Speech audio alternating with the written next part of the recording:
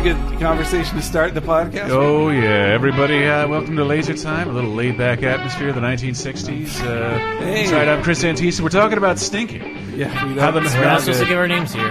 human body smells, and yeah, this is bonus time. Bonus time. Hey, all you patrons. Thanks, guys. Wow. And gals. We were having a discussion about... I don't want to complain about it again, but it's hot as fuck again. Like, we thought it was over. 94 degrees yesterday, my man. 94 degrees, no air conditioning, 4th floor of a metropolitan city apartment. Guys, it's kind of things Spike Lee makes movies about. it's that hot and miserable in here. If we had not gotten those chicken wings yesterday, we'd have been hungry enough to go, like, throw a trash can through your window. Maybe. I was making 2 references there. One to Summer of Sam, because there was an epic heat wave there. Yeah. He's a great heat wave director, man. Growing up in, was it Brooklyn? Yeah, I think Brooklyn, so. no AC as well. Crooklyn? Yes. Yeah. No, it wasn't Crooklyn. He had nothing to do with Crooklyn, I don't think. Yes, he did. Did he direct I think that Crooklyn? was a He Spike made Lee Crooklyn. joint. Delroy Lindo? I'm looking it up right now. You I better swear. bring this podcast back around. I feel while I'm like looking this up is Crooklyn. slightly, yeah, I really hope it is that. But Spike Lee has directed, I'd say, 3 dozen films. It is at directed this by point. Spike Lee. Boom! Fuck my ass. Yeah, he's Written what looks like to be written by his entire family. Oh, Story by Joey Lee and Sanique Lee. hey, I'm glad he got everybody And paid, Alfred man. Woodard and Delroy Lindo. I miss Delroy Lindo. I think he is fantastic. Is he dead? I haven't seen him in anything, and he used to be in like I mean, every movie. He's probably pretty old at this point. He's probably pretty Yeah. old. He was probably pretty old back then. He was one of those guys who was like the Keith David type role of just like, we need a black authority figure here to tell somebody to do something. Though he was so good in Malcolm X as his one of Malcolm's, or when he was Red, that Malcolm's like his boss on the numbers game who like memorized every single number. Delroy Lindo was really good in that. You don't remember this? I don't remember this. I have not seen Spike Lee since it came out. I do remember being awesome as a fucking Death Angel in A Life Less Ordinary. Oh yeah, I really liked him. Falling in that. in Love with Holly Hunter. Yes, no. Yes, that's right. It was his partner. Yeah, that's was his right. partner. It was Holly Hunter. It was not. It was not. That is a movie I like that no one ever talks about. The unspoken Danny Boyle movie. It was good, Dude, well, for like a studio movie, it's deliberately insane. The only thing that Yeah. makes it saccharine is the stupid love story in the middle. But it's also like one of the most like sophomore films ever. Like it's A little bit, totally yeah. is the film of like, oh, I've got money now and movie stars. I will man. fill this with crazy shots and surrealism and Wow. just do everything. nonsense animation. And I can pay for different songs. Now let's have them sing Beyond the Sea. It's a lot like Mallrats in that way. They're both like very sophomore films of a guy who made a very gritty, dingy first movie. I wouldn't call And then- Mallrats experimental. No, it's I would an for a 80s studio film. It's an 80s comedy romp though, and I turn suppose. Jay and Silent Bob into cartoon. Are we gonna characters. hate on Mallrats now? No, I Is that don't what's hate happening? it. I just don't think it's not very like it's kind of safe. What, Dave? Safe. What are you talking about? What movie did you hear about what comic book character how they would fuck one another, and then ask that directly of Stan Lee? You've been so spoiled by the internet. You think that shit happened every day in 1997? So when I was super excited to see Chasing Amy, I remember watching Joey Lauren Adams as a guest on Conan O'Brien, and she was first talking about how her family said she was playing a lesbian in the film. And then second, she said the big difference between her filming Mallrats and Chasing Amy was that at that point she was Kevin Smith's girlfriend, so she wasn't made to show her tits like she was in Mallrats. That's right. I forgot about that throwaway Joey Lauren Adams titty scene. Yeah. I also have not seen in probably a decade or two. Yeah, hope she's Last thing doing I remember okay. was Big Daddy. That was 96, 98? Big Daddy was a long 98? time ago. A long time ago. That was Want the to feel old? Look at the actor from Big. It's kid the from Big Daddy now. it's the last Adam Sandler movie I ever really liked because I did really like it. I wipe my own ass. Yes, that's the line. Man, that's a shitload of piss. I still say it all the time. Every time I walk down the streets of my luxurious neighborhood, Soma, not to be confused with a new release on Steam. Which hey, we should stream that. No, we shouldn't. What are we? Do we even know what we're streaming this week? This Why, week was all yes. fucked up in Well, Bugaboo. no, it is slightly changed, but it's pretty much the same. We're doing, unless there's like a major last second delay, the Nightwing DLC is coming out to Arkham Knight, so we'll be doing that on Tuesday. Wednesday, it seems to be a toss-up between Waterworld or Muppets. Well, because the Muppets airs this week, and we'll have a Muppets article going up for everybody on Tuesday and Wednesday. So, but Lego comes out on Friday, right? Yeah, then well, I'm not fucking. No, buying I ain't that paying shit. $100 for Lego, and then That's just for the $30 starter? for Really, none of you suckers are. starter for $100. No way. Even 80, I'd be like, I might pay 80, but 100, Really? no way. Yeah. Also, I'm already spending $80 next week on the Persona 4 Dancing All Night Special Edition. So that's what's important to you. It's more important to me than Legos. Yes. The Soma game I've heard good things about. Me too, but I can't. I don't like the neighborhood, so I can't like the game. Oh, it's so fucking Play hot Soma in here. in Soma. Oh God, that Take place. some Soma. That place. Beforehand. There is a place downstairs, the Soma Inn Cafe, technically the closest like non-pizza pop-up deli restaurant to me that doesn't serve fondue. That has a lot of qualifiers. Yes. It's a greasy spoon. Everything is $17. Yeah, it sucks. And All suck. When it is- pancakes should be like $4, $5. Like pancakes should not be that much. It is the only restaurant that I know that allows you to substitute toast with pancakes, and that'll give them all the credit in the universe for. Well, So can I get a grilled cheese both pancakes instead of bread? I think right, once this is you worth make your own, $17 once to you me. make your own pancakes, you know those things are worth like a nickel. Like they're Yeah. nothing. Like pancakes are such cheap. But homeless. there's I still, love there's pancakes. still the labor involved. It's I the will- labor. It takes multiple steps. I'll eat 80 more. pancakes right now, man. I love pancakes. They're some of my they're top 5 foods for me. I don't know where they fit for you. I don't like them that much. I know Rick and Morty made the good point that I like a good Belgian waffle instead. that pancakes at a certain point just become like just a slush of syrup and mush. So, Well, there's also the review episode where yeah. he breaks the record. Sorry, for most that didn't turn pancakes. me off to pancakes. I still eat pancakes Now, right wait now. a second, Henry. I had to run and get some water. I'm sorry. Yes, I'm an adult, and again, laser time. We're about dork struggling with adulthood. So the Soma Inn, what was this about it? Yes, I know how to cook pancakes, and yes, I know how cheap they are. Yeah, but I would pay an extra tax to not have to cook 80 of them. Because all I want is 2, and you can't make 2 pancakes. It's not possible. If you have 1 cup of the mix, that'll still make you like Unless- Yes, unless you have a family, you can't really make pancakes. I have problems with groceries now. Like I'll go get eggs, and like I can't eat all the. I'm never gonna finish these before they go I'm bad. never gonna finish these, and like I just keep buying take-home salads now because I know like I'll eat those in one meal, and even I have some expired salads know. in there that I pass up or I forget That was to the eat. thing when I bought them last week. I was like, all right, I'm gonna buy like 4 salads, and then I realized like I'm gonna have a salad every day because these they'll things expire. go bad. Well, that's why I've started getting into almond milk because those they Yes, stay good yes. for weeks. I haven't months purchased even. actual milk in years. Soy milk all the way. It lasts forever.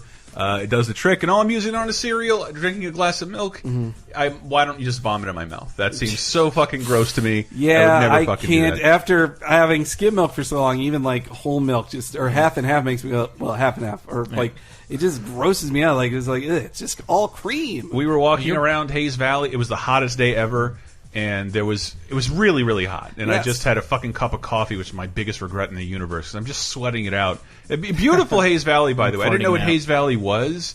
It's a great neighborhood. It's a great neighborhood, but it didn't used to be. Like I believe It was more boring. Like when I moved, I live not that far from Hayes Valley. Sure.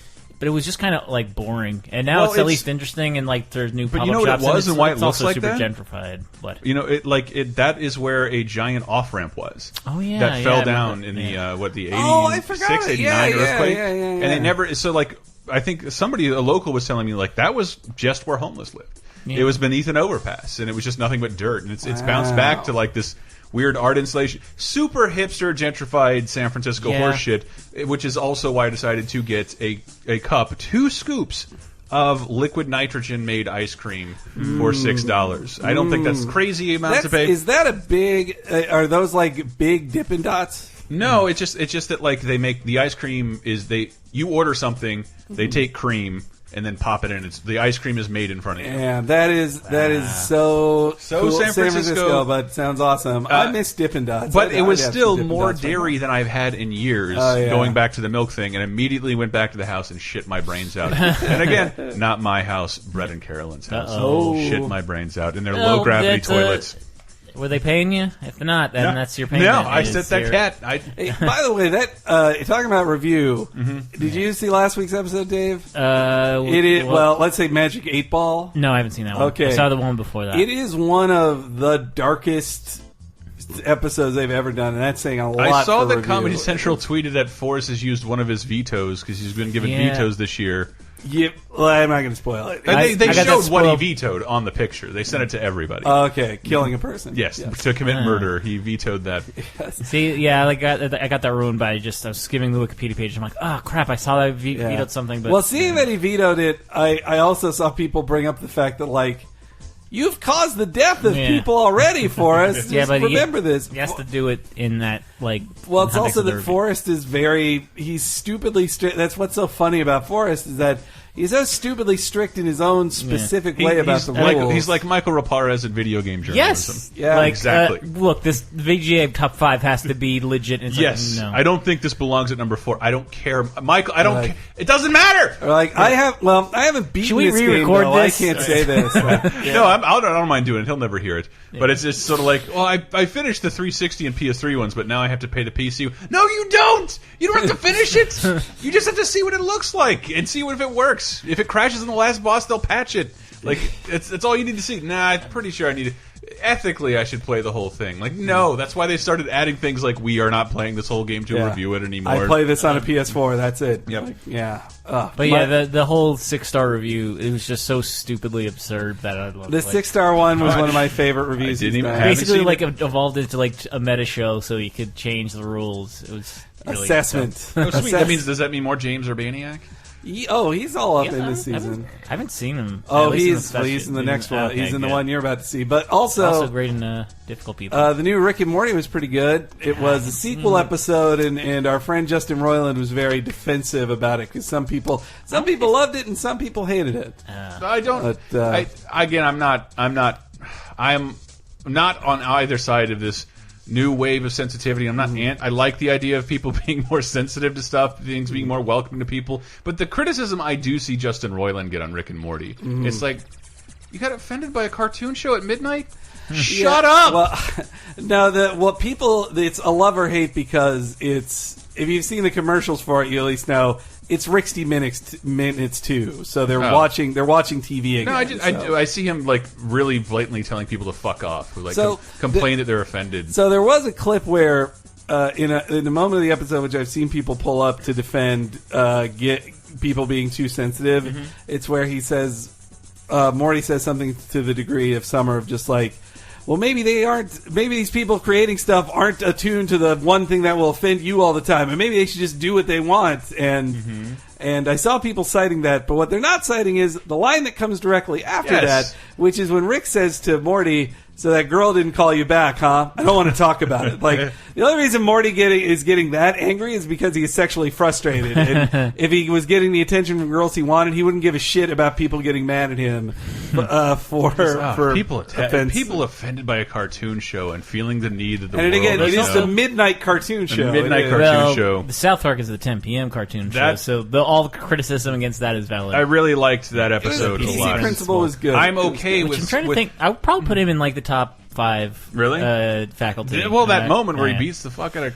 Yeah. That was pretty intense. Yes, that was pretty yeah. intense, and I loved that episode. I loved the way they dealt with that stuff. Again, I like certain aspects of PC shit. I like that people don't have to like just go into something with their feelings hurt just because someone's using a hack cliche sentence. And you know, like South Park is they're gonna tackle both sides of the Yeah, coin. yeah. They're good at that. Yeah. And that Kyle, as the audience surrogate, is saying, he says, this is a good thing. This does good. Yeah. This changes things in the right direction. But he's not saying that so much when people are like, hey, wait, you can only think Caitlyn Jenner is the greatest person ever. Yeah, but What did they call she's- like just the, she's done like some terrible Stunning things and too. stunning and what? Stunning and beautiful, or stunning and Stunning and and Beautiful. brave. Stunning and brave. Yeah, is the name of the episode, but it's the first line. Mr. Mackey's like, yeah, we've heard people have been referring to rape as a hot Cosby, and I'm like, I lost it right away. Like, I don't like. How, Well, and then, That's and why then he's why do I one. keep forgetting to watch this show? That's why he's number 1 in the list. well, and when PC Principle, Hot Cosby. yeah, that's also why that line isn't Mr. Garrison. It's him. But also, in PC Principle shows up, he basically is like a BuzzFeed list of, I will now list all the horribly insensitive things that have happened in previous episodes Yes. of South Park. This white person's posing as an Asian person. This you don't have any I forgot about Mexicans that. in class. You did that. Like, he's listing off all these things. And yeah, so It was, and also, like, Kyle is right that you do have to. There is the sense of, you know what, Caitlyn Jenner, what she did is very brave, and there's no denying that is a truth. No, and I will now stop what I'm saying because we have. I stopped speaking. She's also on an awful reality show and did a hit and run. Yeah, so. but I'm glad somebody said, like, I never liked Bruce Jenner. Odds are I probably wouldn't like Caitlyn Jenner as a person. Like, from what I do know about Bruce, like, that guy was kind of an asshole and a dick and a weird ass Republican. We just wouldn't have gotten along. And still says she is a Republican. Yeah, and it's but I never wanted to underscore that. Like, yeah, that to come out to the world like that in the position. With the fame that person has, that's crazy. Yeah. Yes, that you deserve credit for that. But I love that Kyle. But what Kyle was saying, like, yeah, you can't just harp on the fact that person's a piece of shit. A piece of shit can do a brave thing. Yes, yeah. Speaking of TV shows, there was also the Emmys last night. Oh, God. So Jon Hamm did finally. He never won an Emmy. See, I don't even know. I don't know anything about it. You just said Yay. at one point, like, Amy Poehler lost to Julia Louis-Dreyfus. I'm like, oh. Well, Julia Louis-Dreyfus is pretty awesome, so if she's never had an Emmy before, she probably deserved one. And we're like, I looked it up, yeah. She won 5. She's I'm had like, 5. Oh, that's how little I follow the fucking Emmys. 5 wins and 20 nominations. So, yeah, she won again. And, like, if you read Amy Poehler's book, I was rooting for Amy Poehler also because Parks and Rec never got any damn Emmys, like, ever. Really? Like, That's it got insane. nominated but never won anything, even though it had one of the best casts in comedy. Yeah. And was doing the best stuff on network in comedy. Well, at least it didn't win anything during its first season. That it wouldn't have deserved to. That's true. But Amy Poehler in her book, she talks about how awards. She basically has this whole chapter about getting the pudding and getting over the pudding, and she uses that as her term for, like, getting over chasing awards and not valuing awards too much. But then she's like. But then you go like, maybe the pudding would be nice. I told myself I never wanted the pudding, and I had gotten over ever tasting the pudding. But now that it's so close, damn it, I want that pudding. And so then seeing her again lose again to Julia Louis-Dreyfus, who she loves and respects. I don't know. Rewatching Seinfeld, like, man, I never gave the Elaine character enough credit. Like, she... I don't know. George, it turns out, is I will now say, is the greatest live-action TV character of all time. That I never knew. More than Alana on like, if Alana was a coward... Yeah. No, that he's such a craven asshole. He's such a pile of fucking mush and so afraid of everything and such a liar and a conniving little shithead. It is just him shoving people out of the way in case of a fire. Yeah. Like, just... but the Julia Louis-Dreyfus was underrated in her role for so long as Elaine, man. And she's... Jason Alexander, well, both her and Jason Alexander and Michael Richards, they're all better comedic actors than Seinfeld. Like, yes, Jerry everybody. Seinfeld's not good at that. Even though he has a ton of great lines in the show. I mean, anyone that he yells like this is great. You don't want to do Tyler and I were watching. There's a callback to earlier in the episode. He's like, "What? Ted Danson's better than me? He is. He's better than you. I'm not as good as Ted Danson. You're worse. You're much, much worse." But anyway, yeah, Jon Hamm never won. He was always had no losing. idea. He always lost to Bryan Cranston in most years. Jesus Christ. So he finally got his award. That's why I thought Amy Poehler was going to win, because they would just... The Jon Hamm one was kind of... Hey, it was your last season, and were always great, Not your so best here's work. your award. But anyway. What, his last season of Mad Men wasn't his best? I don't know. Can't really remember anything great. Like, I don't know. That's kind of why I stopped watching the show. Yeah, I mean, like, the last season was all about everyone's stories getting resolved, so it was more of a team effort. And Game of Thrones won Best Drama, which I think they should really say, boy, we're lucky that Transparent is classified as a comedy, because it would have beat us, I bet. Like, Transparent wins everything, but that's a dramedy. It's one of those, it's a comedy, shrug. I mean, like, dude, there's a couple dramatic moments with Jeffrey Tambor's character, obviously, but it's all played for comedy. And then the show doesn't center on him. It's around his family, and every one of them is a comedic That every situation there is comedic. Yeah, all So right. there's like barely any drama in it. Okay. Well, then. And that's coming from someone who's championing it, who's seen it, Henry. All right. By the way, I have seen it. My girlfriend loves that show. Well, a show I love is Orange is the New Black, and Crazy Eyes won for that. Did she really? Yep, she won. See, it. this Mondays are where like I just dive deep into answering emails, starting the week, and starting to edit Laser Time, jumping to this, then doing bonus time. Well, the big news of the So I Emmys don't know were that anything. like more black women won Emmys last night than I think for acting than I think had won them in the last 20 years, and so. The big one was Viola Davis, who was the first ever to win first ever woman of color to win Best Leading Actress in a drama. Like, and none had been nominated since 1974. Jesus Christ! So what would that show have been? Well, her interview, her award speech had this great point that just said, like, it's not the only thing separating women of color from everybody else is opportunity. Yeah. It's not that they're worse actors than anybody. It's that nobody writes a show to star a black woman. Yeah, and Like, I don't like that's it's not an evil thing, but it's just like, dude, all those Hollywood writers are fucking white, and it's just easier to write someone who looks and sounds like him, and not.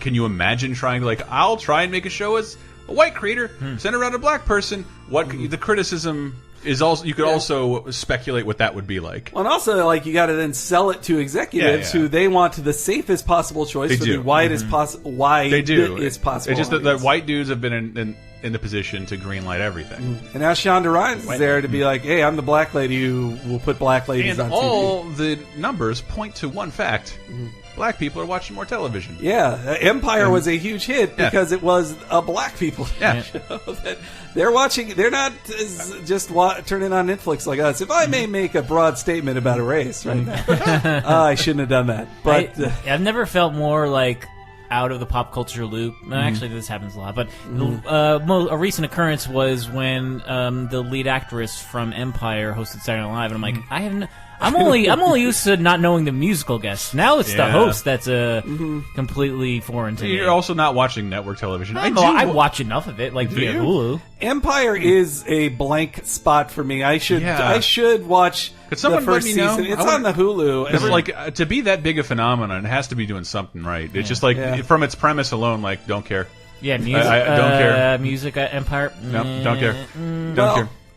Well, also that I saw this kind of snarky, not kinda, it was a snarky tweet from Al Jean of The Simpsons saying that I think he was mad they didn't win something, but also he said, like, wow, it's strange that Fox put on a 2-hour ad for HBO. Yeah. This is a classic complaint for like the last like 15 years, really, since Sopranos kind of took over, that just because actual good television was on cable and not network, but the networks host the Emmys, so then the Emmys just turn into a commercial for the paid cable stuff you're not watching, but that's because they make better shit than the networks. They really do. They make stuff that'll stand the test of time. I say that having no knowledge of almost anything on networks. Well, it was like a big deal for me to even say, "Hey, I saw the Carmichael Show," which no one watched because it's a network sitcom. I didn't even think to check that out, and all I had to do this weekend was like watch shit. Stuck in Brett and Carolyn's hot house. Well, like the Last Man on Earth is one of the few network things any of us watch, and that's because it's basically an anti-network show. Yeah. It's made like a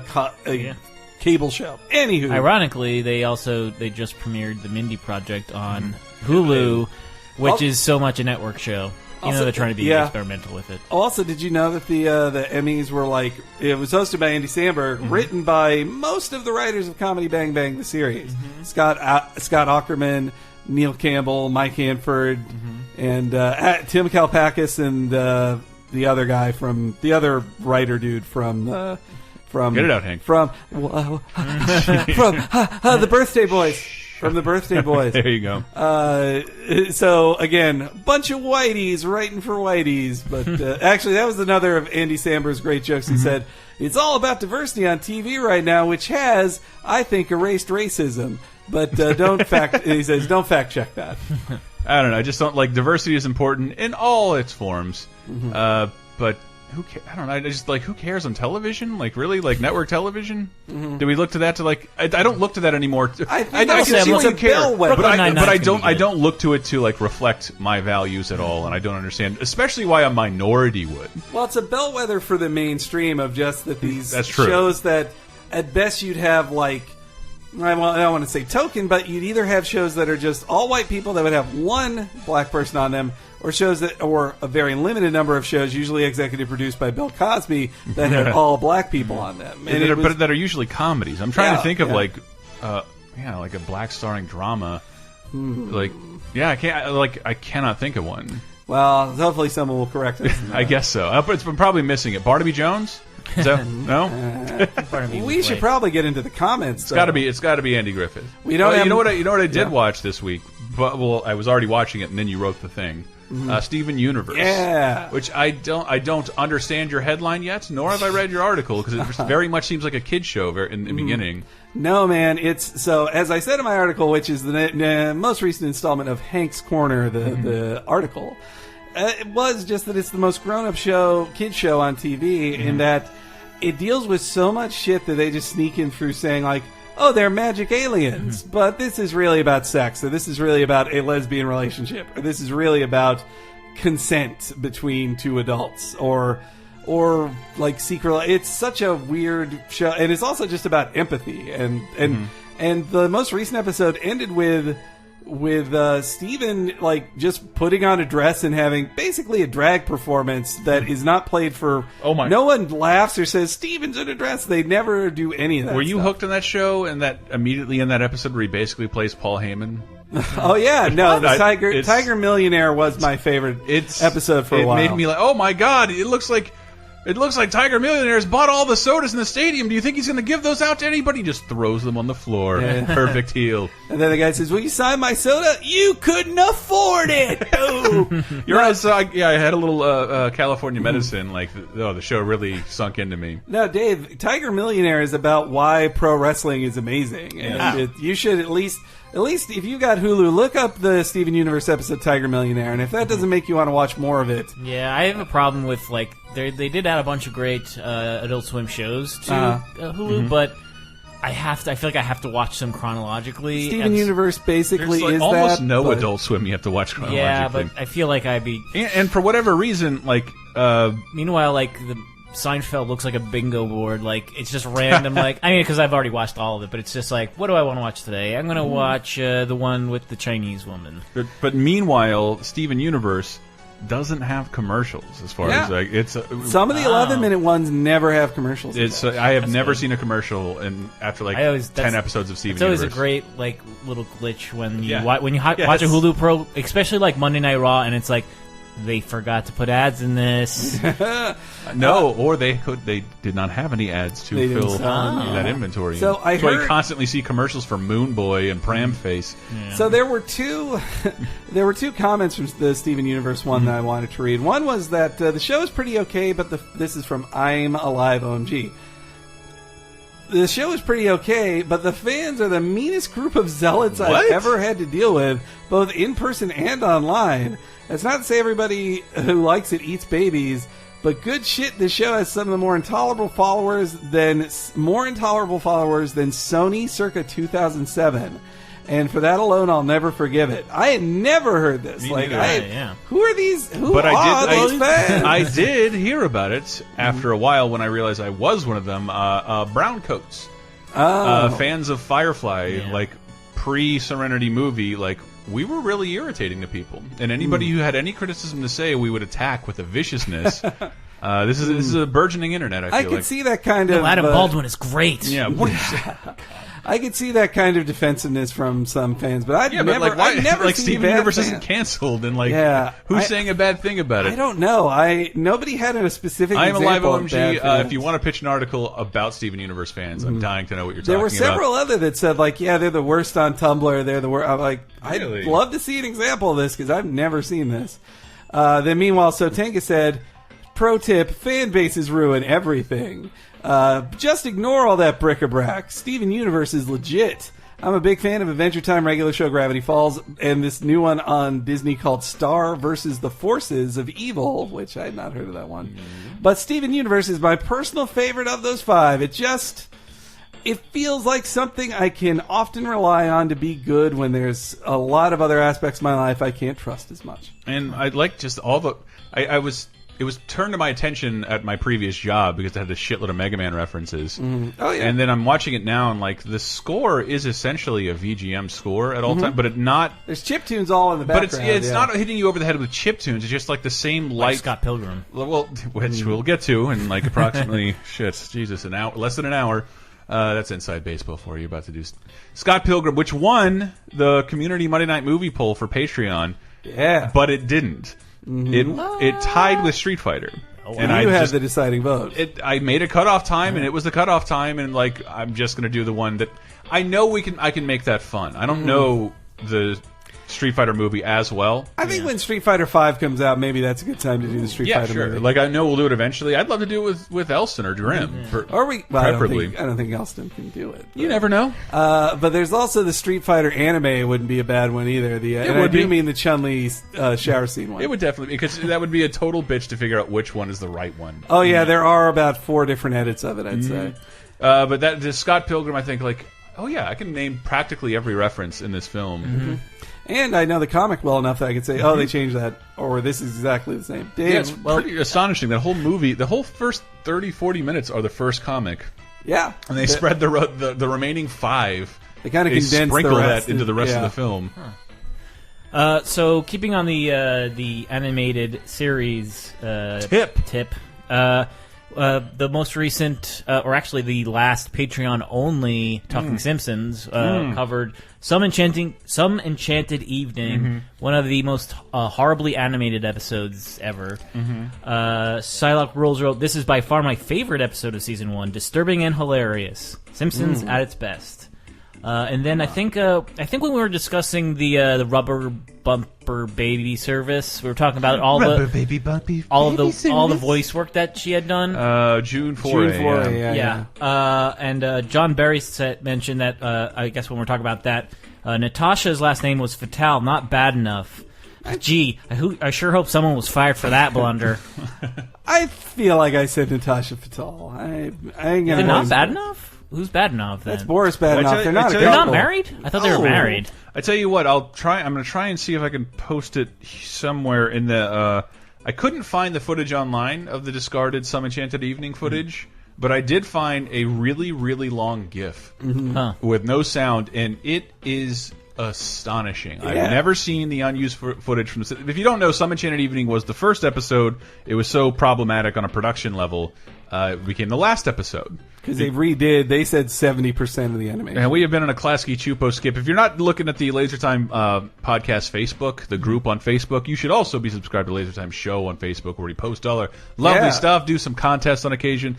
But I think, it was John Doe, using his pseudonym, who posted the Klasky Chupo pitch reel. And they, oh my god! And they claim a lot of credit for The Simpsons. Well, they want to sell themselves as best they can because they need $1 billion. We made 65 episodes of The Simpsons. Yeah, they hated you and walked away as soon as they could. There's a reason they've done 400 more with a different studio. Well, speaking of the Facebook group, Lee Tran mentioned that we are Laser Time is the 9th highest earning podcast on Patreon in terms of monthly, and the 28th highest overall. That's pretty crazy. And Take that, Gilbert Godfrey podcast. I just want to do a show. I looked up. We only probably, I think, maybe a month or so ago passed the Sarkeesian Effect guide, because they were $7,500 a month.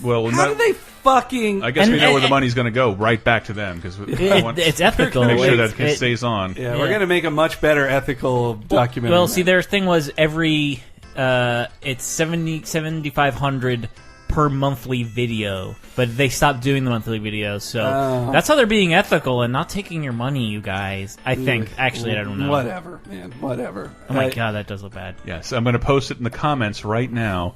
Give you a nice little timestamp on when we're talking about this. By the way, speaking of animation in Chris's voice, a lot of people love that Fred Flintstone video. That is all credit goes to Tony. Yeah, good work, Laser Tony. That's amazing that it's synced up perfectly. Well, I mean, I'm sure he obviously Tony looped it around, but like that single clip has everything. Yeah, just some random clip from the one where Pebbles and Bam Bam get married. Yeah. That I'm sad I recognize that. But my favorite comment on it was from Mr. Giraffe, who first said 10 out of 10 would rock again, and then corrected himself saying, "Damn it, should have put 10 out of 10 would recommend to a friend." That's just how they'd say it in Bedrock. Oh, by the way, on Cape Crisis this week, a couple people really enjoyed my sad tale of looking for a fried catfish. Brimfire said, you need to make a special series of Hank's adventures in California, or maybe just a clip show of past stories of all y'all's California life. Chris held up at a Denny's, but Henry's stories feel like they should be an HBO miniseries. They all are humorous and kind of sad. Damn. Yeah, he brings up the time where some guy gave me shit about reading Spider-Man and the BART station as well. I do have sad stories, but maybe that's just my my outlook making them that way. I don't know. Holy shit! I can't stop looking at this GIF, people. It's just posted on the Summit Channel evening. And also, I did another story about Pikachu becoming a pro wrestler in Pokken Tournament. I even labeled it. I had hoped to get a retweet from Heyman Hustle, did not, but Pikachu says Suplex City Pikachu in this new trailer. Wow, that's surprisingly. He actually doesn't say that, but he does 4 German suplexes in a row, and he does a she does a 4-reel Stone Cold Stunner. Wait, is Pikachu female? Or this all Pikachu is female. Pikachu's come in 2 genders. The most famous Pikachu is male. Okay. But Pikachu Libre is a female Pikachu. She has so the difference is male Pikachus have a pointed tail. Female Pikachus have basically a butt on the end, or it's the top of a heart. So it's like a heart on the end of the tail. And that is very much what Pikachu Libre has in the Pokken Tournament video, which it looks awesome.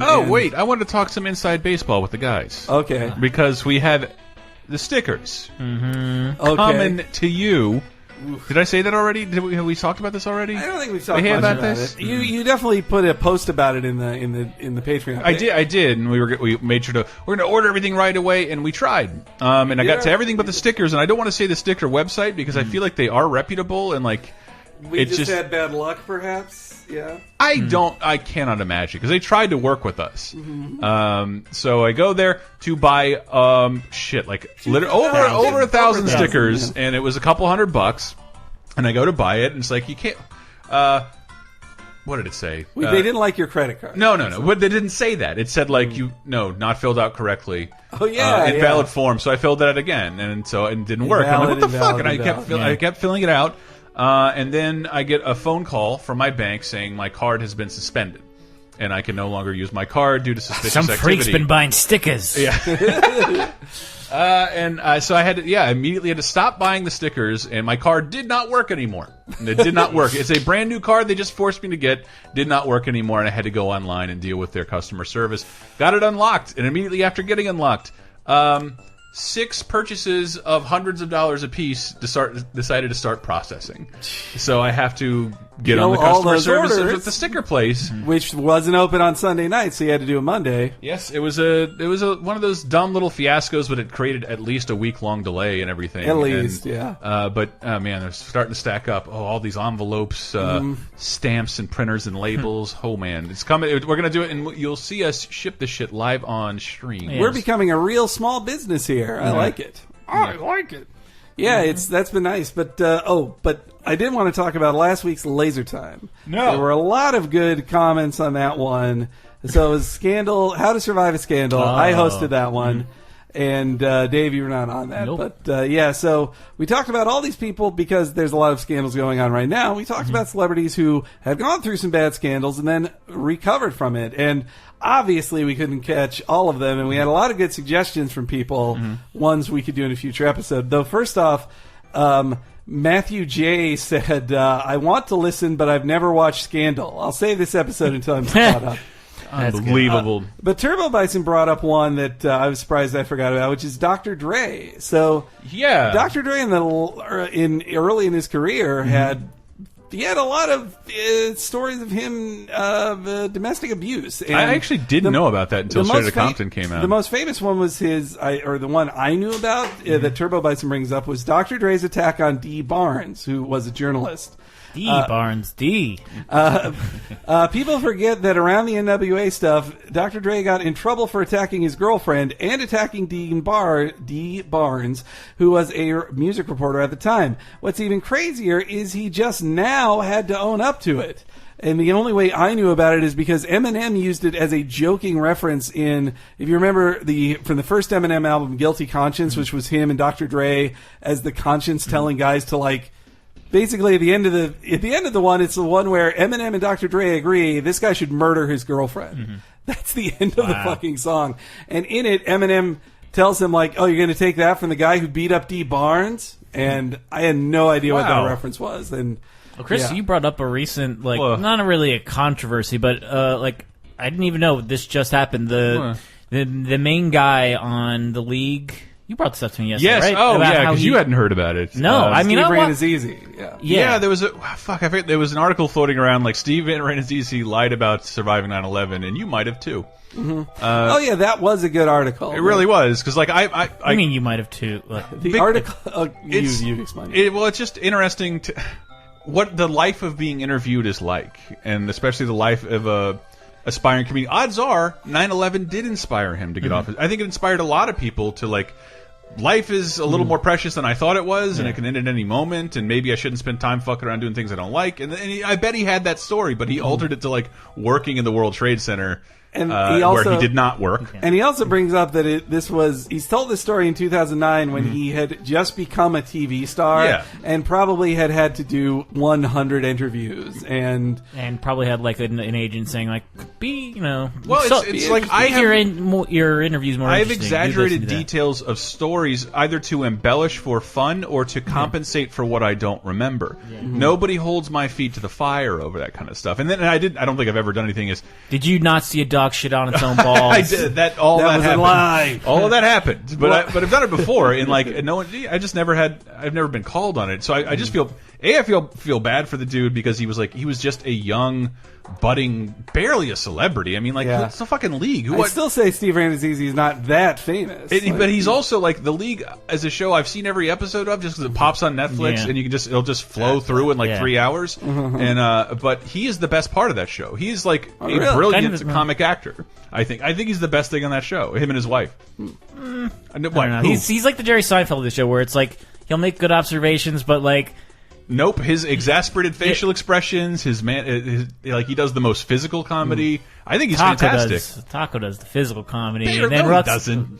Okay, Ruxin's comes in with Ruxin's the Costanza, and then there's the sad guy. Dave, you have misdiagnosed everybody. There's no way Rux, the most successful rich person on that show who never gets any shit. But he's also like Costanza, like in that he's miserable and he pretends to be miserable. So there were a couple other really good ones here. Shrinking Off brought up that Marky Mark Wahlberg literally committed a violent hate crime. Blinded a guy.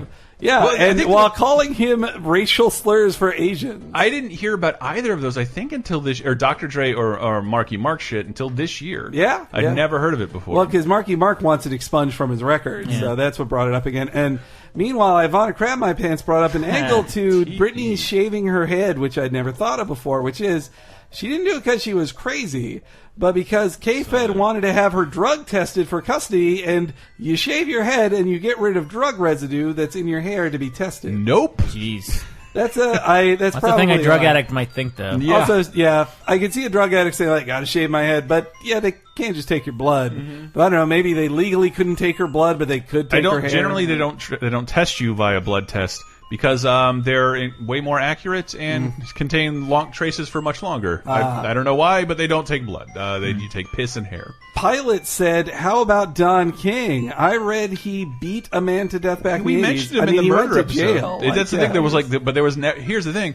Maybe that's the distinction. There was never any controversy around any of these incidents. Yeah, they didn't spark. They didn't spark a scandal. That's true. Well, here's one that Don definitely King was a nobody. The last one, Black Pariah, I can't even read all. I'm not going to read all of it because it's a very long explanation, but I forgot just how much happened with Sean Penn and Madonna. Like, he held her hostage. Yeah. He held her I hostage don't know the and specifics. beat her. Like, and she just didn't press charges. Perhaps she just wanted to end the marriage. It was like, I don't want to, or whatever. And he had gone to jail for like beating up a paparazzi and broke into her house and held her hostage for like a day. And then she got out and escaped to the police and then decided not to press charges. But like, that's some fucked up shit, man. That is some really fucked up shit for Sean Penn, man. Yeah, well, I wish we would have brought it up because it's very much like the Robert Downey Jr. saga, where their present has overcome their past. Yeah, And I just don't know enough about Sean Penn. When Sean Penn was doing that enough shit, I about was that like situation. 7. Like I wasn't paying attention, but I think you're right, and I probably won't go research anymore that kind of stuff because it depresses me. Wait, you know, I did get feedback from. Cheryl, Oh yes, yeah. our friend Cheryl, our did she say? previous guest Cheryl Darrell. rightfully and bullshittedly called me on like, why are you defending Michael Richards so much? I'm like, I'm not defending Michael Richards, and she's like, sounds like you're defending him. I'm like, I'm not. Why do you think that? She's like, well, you don't find that word offensive? I'm like, she didn't phrase it like that. She was like, She wasn't coming at you like she strong, wasn't. No. We were having fun together. She was like, let me guess, that word doesn't offend you, and I'm like, no, it doesn't, and it does. It actually it bothers me. I don't say it, but like just hearing it, like I grew up in the South, man. It did like. I wins a little bit, but it doesn't. I don't find it offensive. Like I can't. And she's like, "Well, you know why that is?" And I'm like, "Yes. I surf on a giant wave of white privilege, and I can."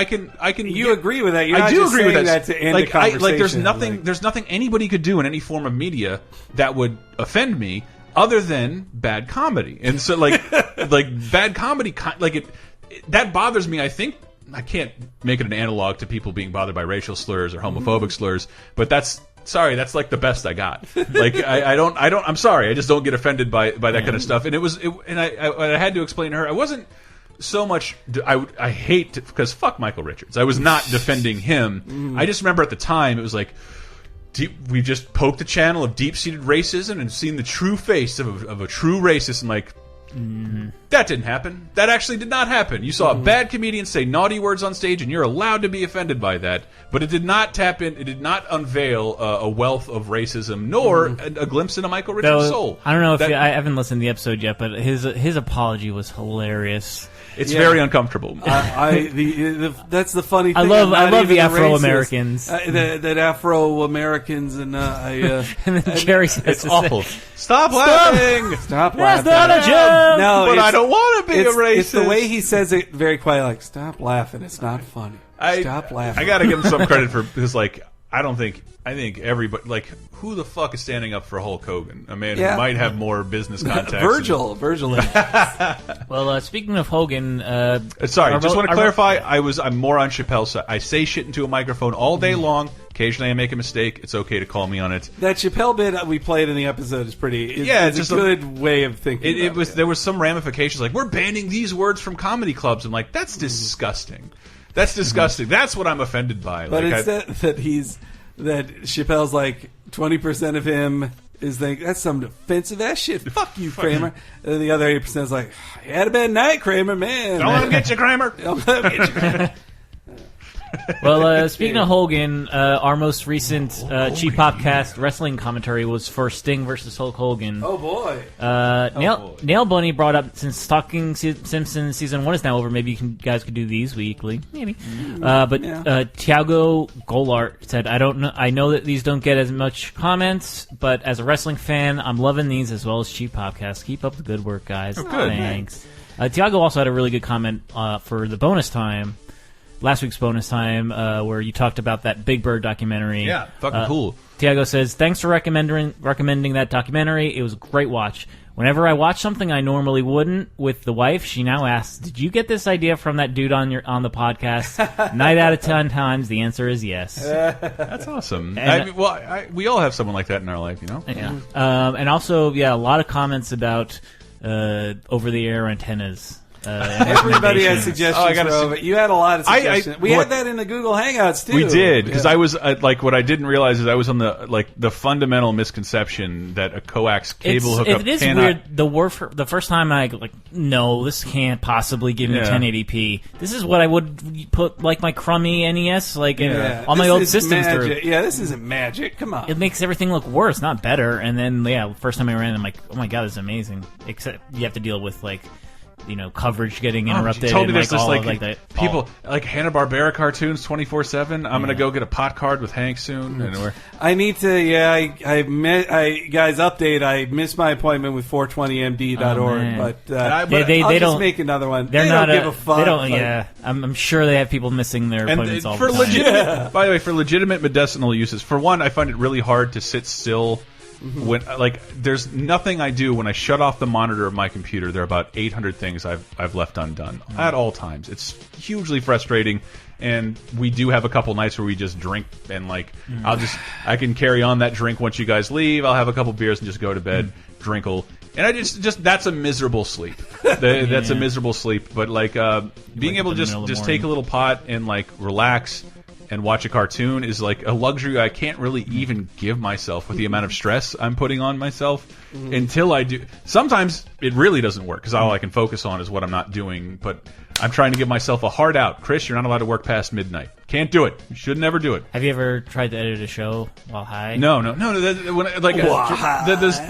hate people you've heard me bitch about that. You're just going to spend all the money on pot. You couldn't try and spend more than $1,000 on pot. Just try it. You wouldn't be able to get like a Dragon Ball unless you got really obsessed with in 10 paraphernalia. years. Yeah. It would never happen. But it really is I can't contemplate being in public, talking into a microphone, doing work. Well, never. For some reason, I do like writing high, but it definitely needs. I need to peruse it the next day. What the fuck train was I on? It might be a fun experiment. Just get publish. Pfft, let's see it. Let's see what people have to say It about would not be a fun experiment. I should not let you know I've done that. Yes. That was a joke and a poorly delivered one. Yeah, I was trying not to make the joke, but anyway. I think we got to wrap it up. Probably get into Scott Pilgrim time. Yeah, we got to get into now. Scott Pilgrim territory. I swear to God, I'm thinking I'm going to give you guys trial by fire here. What? And have you set up the stream for the first time ever? Because I really want to shower.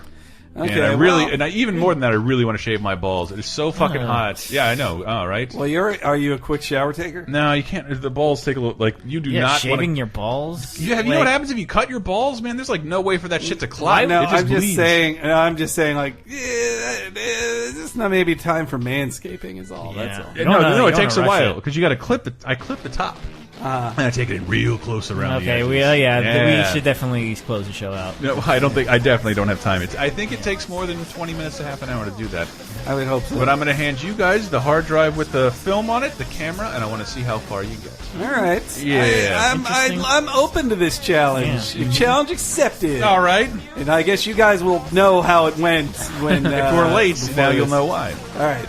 But anyway, I guess we should leave with the Scott Pilgrim song or something, right? Fuck yeah. All right.